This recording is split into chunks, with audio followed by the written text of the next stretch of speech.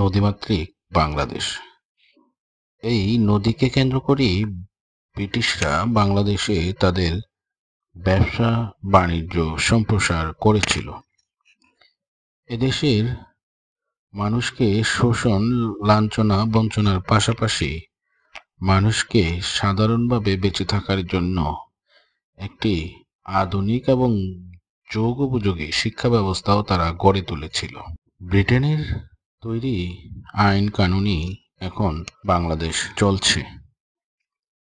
ব্যবসা বাণিজ্য থেকে শুরু করে সব কলকারখানা নদীকে কেন্দ্র করেই গড়ে তুলেছে এবং সেই নিয়মকে ফলো করেই বর্তমান বাংলাদেশ এগিয়ে চলছে। তবে আমাদের নদী খেকুরা নদীকে সবসময় খেয়ে ফেলছে। নদী দূষিত হয়ে যাচ্ছে, পরিবেশ দূষিত হয়ে যাচ্ছে, নদী আমাদের থেকে দিন দিন হারিয়ে যাচ্ছে। আর নদী হারিয়ে গেলে বাংলাদেশ হারিয়ে যাবে। আগামীর সুন্দর বাংলাদেশ গড়ে তোলার জন্য আমাদেরকে সবার আগে আমাদের পরিবেশের পাশাপাশি নদীকে বাঁচিয়ে তুলতে হবে। নদী বাঁচলেই বাংলাদেশ বাঁচবে।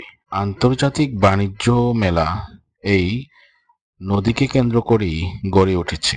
বিশেষত বাণিজ্য মেলার মূল ভেন্যু এখন পূর্বাঞ্চলের 4 নম্বর সেক্টরে গড়ে উঠেছে।